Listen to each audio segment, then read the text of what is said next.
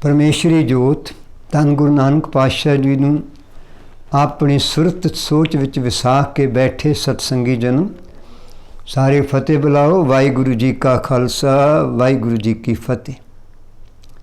आपां बात धन धन गुरु नानक जी दी कर है। औकात नहीं है कि आपां उन्हां दी बात पा सकीए।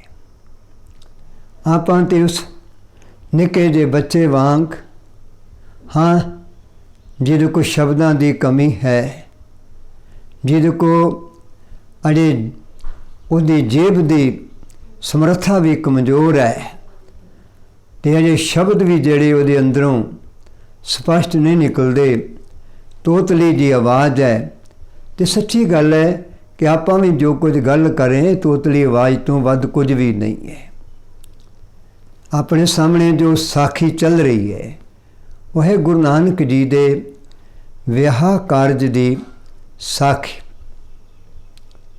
अपने को सवाल आए ने, वो सवाल अज दे गुरमुख सिक्ख्या कैंपां विच भी बच्चियां द्वारा, मापियां द्वारा, अध्यापकों द्वारा जां होर समाज के जिम्मेवारां द्वारा खड़े किए जाते हैं। उन्हां दे उत्तर समय समय दिते मिलते हैं। साढ़े च बहुत सारे विद्वान होए ने जिन्हां ने बहुत सारे सवालों के जवाब दे के किताबां लिख दित्तियां ने।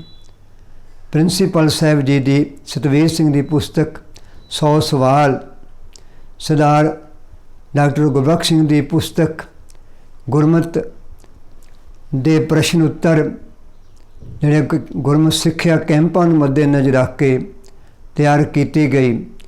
इस तरह सिख मिशनरी कॉलेज वालों प्रश्नोत्तरियां तैयार कीतियां हुई सानूं मिलदियां ने, जिहदे विच सैकड़े नहीं हज़ारां सवाल ने जिन्हां दा समय समय मुताबक वो उत्थों उत्तर जिहड़ा है दिता जाता है। हुण साडे सामने सवाल जिहड़ा है ये साखी नाल जुड़िया होया है कि धन गुरु नानक पातशाह जी का ये जिहड़ा विआह कारज है ये किहड़ी रीति मुताबक होया होएगा। हुण इहदा उत्तर तो औखा नहीं है। जदों असीं गुरु नानक सच्चे पातशाह दे इस जीवन नूं देखदे हां ते निर्णय तो साडे सामने बड़ा सौखा हो जाता है, क्योंकि धन गुरु नानक जी ने अपने आप नूं किसी मजहब की मर्यादा का उन्होंने अपने उत्ते कोई प्रभाव नहीं पैण दिता। आपां देखिया वो 7 साल 9 साल की उम्र दे विच जदों उन्होंने जनेऊ पहनाउण की गल की जान लगी सी तां धन गुरु नानक जी ने उस मौके ते अपने आपे पक्ष नूं ज्ञान के पक्ष नूं अगे रख के समय दे मजहबी क्रियावां करने वाले आगूआं नूं बिल्कुल निरुत्तर कर दिता सी। तो उन्हां दे सामने एक नवेकली निर्मल ते न्यारी जिहड़ी सोच है, विचारधारा है, जो ज्ञान सिद्धांत है वो रख दिता सी। हुण इत्थे भी दोवें परिवार ते अपनी मजहबी मर्यादा दे नाल पक्के तौर ते जुड़े हुए परिवार ने। मेहता कल्याण दास जी भी, भाई मूलचंद जी भी, इन्हां दा पिछोकड़ तां ब्राह्मणवादी परंपरावां नाल, ब्राह्मणवादी विचारधारा नाल, ब्राह्मणवादी समाज नाल इन्हां दा एक पीढ़ा रिश्ता है। पर अज जदों इत्थे भी किते कुल पुरोत आए होणगे नाल जिहड़े इन्हां मौकिਆਂ उत्ते आके अपने फर्जां की अदायगी करते हैं, बच्ची वाले परिवार का भी पुरोत होएगा, मेहता कल्याण दास जी नाल आया होया पुरोत भी होएगा।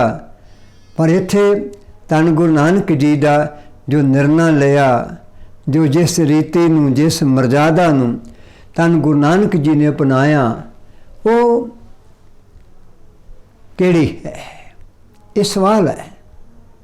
इस सवाल का उत्तर बड़ा सादा जिहा है, सौखे शब्दों विच है कि गुरु नानक जी ने आनंद कारज समय के मुताबक प्रचलित जिहड़ी ब्राह्मणवादी रीत सी उहदे मुताबक नहीं करवाया।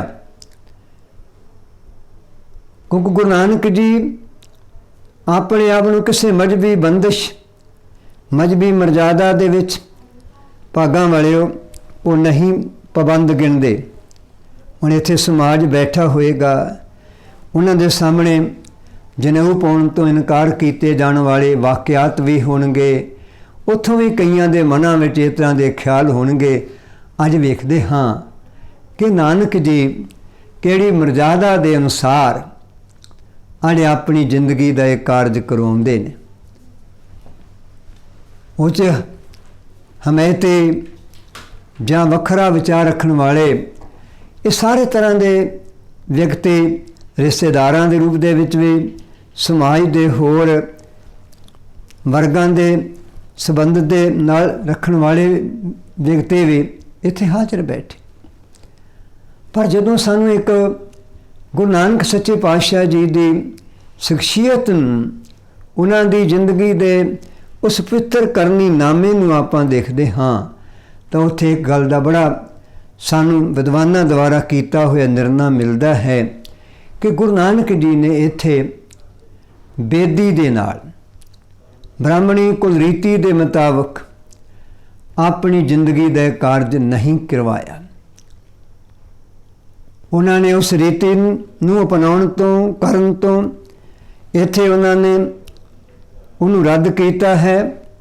ਔਰ ਇੱਥੇ ਗੁਰੂ ਨਾਨਕ ਸੱਚੇ ਪਾਤਸ਼ਾਹ ਜੀ ਨੇ ਇਤਿਹਾਸ ਜਾਂ ਸਾਖੀਕਾਰ ਲਿਖਦੇ ਨੇ ਕਿ ਉਹਨਾਂ ਨੇ ਉੱਥੇ ਇੱਕ ਓਂਕਾਰ ਤੋਂ ਲੈ ਕੇ ਗੁਰਪ੍ਰਸਾਦ ਤੱਕ ਜਿਹੜੀ ਪਰਮੇਸ਼ਰੀ ਸਰੂਪ ਹੈ, ਅਕਾਲ ਪੁਰਖੀ ਸਰੂਪ, ਅਕਾਲ ਪੁਰਖੀ ਗੁਣ ਤੇ ਅਕਾਲ ਪੁਰਖ ਦੀ ਪਰਮਾਤਮਾ ਦੀ ਪ੍ਰਾਪਤੀ ਦੀ ਜੁਗਤ ਵਾਲਾ ਇਹ ਜੋ ਪੂਰਨ ਸੰਪੂਰਨ ਸਰੂਪ ਹੈ, ਇੱਕ ਓਂਕਾਰ ਸਤਨਾਮ ਕਰਤਾ ਪੁਰਖ ਨਿਰਭਉ ਨਿਰਵੈਰ ਅਕਾਲ ਮੂਰਤ ਅਜੂਨੀ ਸੈਭੰ ਗੁਰਪ੍ਰਸਾਦ।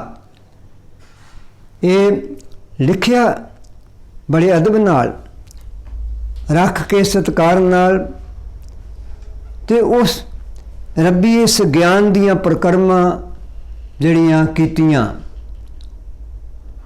ਤੇ ਇਸ ਕਾਰਜ ਦੀ ਸੰਪੂਰਨਤਾ ਕੀਤੀ। ਹੁਣ ਧੰਨ ਗੁਰੂ ਨਾਨਕ ਜੀ ਨੇ ਇਹ ਵੱਖ-ਵੱਖ ਮੌਕਿਆਂ ਦੇ ਉੱਤੇ ਇਹ ਜੋ ਪ੍ਰਭਾਵ ਜੋ ਉਹਨਾਂ ਦਾ ਮਜ਼ਹਬੀ ਮਰਜ਼ਾਦਾ ਤੋਂ ਉੱਪਰ ਜਾ ਕੇ ਉਹਨਾਂ ਨੂੰ ਵਾਹਿਗੁਰੂ ਨੇ ਬਖਸ਼ਿਸ਼ ਕੀਤਾ ਹੈ, ਉਹਨੂੰ ਗੁਰੂ ਨਾਨਕ ਜੀ ਉਜਾਗਰ ਕਰਦੇ ਨੇ। ਉਹਨਾਂ ਨੇ ਉਜਾਗਰ ਕੀਤਾ ਹੈ, ਸਮਾਜ ਨੇ ਦੇਖਿਆ ਹੋਏਗਾ, ਦੰਦ ਕਥਾ ਵੀ ਚੱਲੀ ਹੋਏਗੀ, ਸਵਾਲ ਵੀ ਉੱਠੇ ਹੋਣਗੇ। ਉਹਨਾਂ ਸਵਾਲਾਂ ਨੂੰ ਗੁਰੂ ਨਾਨਕ ਜੀ ਨੇ ਉਸ ਮੌਕੇ ਬਹੁਤ ਸਹਿਜ ਨਾਲ ਲੈ ਕੇ ਉਹਨਾਂ ਦੇ ਲਾਜ਼ਮੀ ਤੌਰ 'ਤੇ ਉੱਤਰ ਵੀ ਬਖਸ਼ੇ ਹੋਣਗੇ ਕਿ ਭਾਗਾਂ ਵਾਲਿਓ, ਅਸੀਂ ਆਪਣੀ ਜ਼ਿੰਦਗੀ ਨੂੰ ਕਿਸੇ ਕਿਰਤ ਵਾਲੀ ਵਸਤੂ ਦੇ ਨਾਲ ਉਹਦਾ ਮਹੱਤਵ ਪ੍ਰਭਾਵ ਲੈ ਕੇ ਉਹਦੀ ਤਾਬਿਆ ਨਹੀਂ ਕਰਦੇ।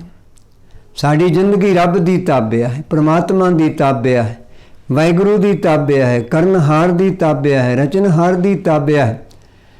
ਅਸੀਂ ਜੀਵਨ ਦਾ ਜੋ ਵੀ ਸਫ਼ਰ ਦਾ, ਕਿਰਤ ਦਾ ਜੋ ਸਾਡੇ ਸਾਹਮਣੇ ਗਿਆਨ ਦਾ ਪੱਖ ਹੈ, ਉਹ ਕੇਵਲ ਤੇ ਕੇਵਲ ਪਰਮੇਸ਼ਰ ਹੈ, ਵਾਹਿਗੁਰੂ ਹੈ। ਇਸ ਲਈ ਅਸੀਂ ਕਿਸੇ ਮਜ਼ਹਬੀ ਮਰਜ਼ਾਦਾ ਨੂੰ, ਮਜ਼ਹਬੀ ਵਰਤਾਰੇ ਨੂੰ, ਮਜ਼ਹਬੀ ਪ੍ਰਭਾਵ ਨੂੰ ਜੋ ਸਮਾਜ ਦੇ ਕਿਸੇ ਇੱਕ ਹਿੱਸੇ ਦਾ ਹੋਵੇ ਪਰ ਸਾਰਿਆਂ ਦਾ ਨਾ ਹੋਵੇ, ਅਸੀਂ ਉਹਨੂੰ ਕਦਾਚਿਤ ਵੀ ਸਵੀਕਾਰ ਨਹੀਂ ਕਰ ਸਕਦੇ। ਅਸੀਂ ਤੇ ਉਸ ਮਰਜ਼ਾਦਾ ਨੂੰ ਸਥਾਪਿਤ ਕਰਨਾ ਹੈ ਜਿਹੜੀ ਮਰਜ਼ਾਦਾ ਗਰੀਬ ਤੋਂ ਗਰੀਬ ਵਿਅਕਤੀ ਦੇ ਵਾਸਤੇ, ਮੱਧ ਵਿੱਚ ਰਹਿਣ ਵਾਲੇ ਵਾਸਤੇ ਜਾਂ ਉੱਪਰ ਦੇ ਅਵਸਥਾ ਵਿੱਚ ਰਹਿਣ ਵਾਲੇ ਵਾਸਤੇ ਹੋਵੇ। ਇਸ ਲਈ ਅਸੀਂ ਇੱਥੇ ਜੋ ਮਰਜ਼ਾਦਾ ਅਪਣਾਈ ਹੈ, ਇਹ ਮਰਜ਼ਾਦਾ ਕਿਹੜੀ ਹੈ? ਅਕਾਲ ਪੁਰਖੀ ਹੈ। ਇਹ ਅਕਾਲ ਪੁਰਖੀ ਮਰਜ਼ਾਦਾ ਹੈ, ਇਹ ਗਿਆਨ ਭਰਪੂਰ ਮਰਜ਼ਾਦਾ ਹੈ। ਇਹ 'ਚ ਕਿਸੇ ਪ੍ਰਕਾਰ ਦਾ ਕੋਈ ਵਹਿਮ ਨਹੀਂ, ਕੋਈ ਕਿਰਿਆ ਕਰਮ ਨਹੀਂ, ਕੋਈ ਪਦਾਰਥ ਦੀ ਵਰਤੋਂ ਕਰਕੇ ਉਹਨੂੰ ਖਤਮ ਕਰਨ ਵਾਲੀ ਜਿਹੜੀ ਗੱਲ ਹੈ ਉਹ ਨਹੀਂ ਹੈ। ਇਸ ਕਰਕੇ ਵਹਿਮਾਂ ਅਤੇ ਭਰਮਾਂ ਤੋਂ ਉੱਪਰ ਉੱਠ ਕੇ ਜ਼ਿੰਦਗੀ ਜਿਊਣੀ ਹੀ ਸਾਡਾ ਕਰਤੱਵ ਹੈ। ਸੋ ਗੁਰੂ ਨਾਨਕ ਜੀ ਨੇ ਇੱਕ ਇੱਥੇ ਨਵੀਂ ਗੁਰਮਤੀ ਮਰਜ਼ਾਦਾ, ਅਕਾਲ ਪੁਰਖੀ ਮਰਜ਼ਾਦਾ ਆਪਣੇ ਵਿਆਹ 'ਤੇ ਅਪਣਾ ਕੇ, ਜਿਹਨੂੰ ਅੱਗੇ ਚੱਲ ਕੇ ਆਪਾਂ ਗੁਰਮਤਿ ਦੀ ਸ਼ਬਦਾਵਲੀ ਵਿੱਚ ਆਨੰਦ ਕਾਰਜ ਕਹਿੰਦੇ ਹਾਂ। ਮੇਰੇ ਗੁਰੂ ਨਾਨਕ ਜੀ ਦਾ ਆਨੰਦ ਕਾਰਜ ਇੱਕ ਓਂਕਾਰ ਸਤਿਨਾਮ ਕਰਤਾ ਪੁਰਖ ਨਿਰਭਉ ਨਿਰਵੈਰ ਅਕਾਲ ਮੂਰਤ ਅਜੂਨੀ ਸਹਿਭੰਗ ਗੁਰ ਪ੍ਰਸਾਦ, ਇਸ ਮਹਾਨ ਰੱਬੀ ਗਿਆਨ ਦੇ ਚੁਗਿਰਦੇ ਗੁਰੂ ਪਿਤਾ ਜੀ ਨੇ ਪ੍ਰਕਰਮਾ ਕਰਕੇ ਸੰਪੂਰਨ ਕਰਵਾਇਆ ਹੈ। ਸੋ ਅੱਜ ਵੀ ਗੁਰਸਿੱਖੀ ਸਮਾਜ ਦੀ ਮਰਜ਼ਾਦਾ ਦਾ ਹਿੱਸਾ ਆਨੰਦ ਕਾਰਜ ਹੈ। ਇਹਦੀ ਬੁਨਿਆਦ, ਇਹਦੀ ਸ਼ੁਰੂਆਤ ਧੰਨ ਗੁਰੂ ਨਾਨਕ ਜੀ ਨੇ ਆਪਣੇ ਜੀਵਨ ਤੋਂ ਕਰਕੇ ਉਸ ਸਮੇਂ ਦੇ ਇੱਕ ਪਹਿਲ ਕਦਮੀ ਦੇ ਉਸ ਮਹਾਨ ਵਰਤਾਰੇ ਨੂੰ ਉਹਨਾਂ ਨੇ ਅਪਣਾ ਕੇ ਸਾਨੂੰ ਬਖਸ਼ਿਸ਼ ਕੀਤਾ। ਸਾਨੂੰ ਧੰਨ ਗੁਰੂ ਨਾਨਕ ਜੀ ਦੇ ਉੱਤੇ ਰੱਜ ਕੇ ਮਾਣ ਕਰਨਾ ਚਾਹੀਦਾ ਹੈ। ਉਹਨਾਂ ਦੀਆਂ ਇਹਨਾਂ ਗੁਰਮਤੀ ਪੈੜਾਂ ਤੋਂ ਇਹ ਸਾਨੂੰ ਸਦਕੇ ਜਾਣਾ ਚਾਹੀਦਾ ਹੈ। ਸੋ ਇੰਨੀਆਂ ਬੇਨਤੀਆਂ ਪ੍ਰਵਾਨ ਕਰ ਲੈਣੀਆਂ, ਹੋਈਆਂ ਭੁੱਲਾਂ ਦੇ ਲਈ ਖਿਮਾ ਬਖਸ਼ਿਸ਼ ਕਰਨੀ। ਫਤਿਹ ਬੁਲਾਓ। ਵਾਹਿਗੁਰੂ ਜੀ ਕਾ ਖਾਲਸਾ, ਵਾਹਿਗੁਰੂ ਜੀ ਕੀ ਫਤਿਹ।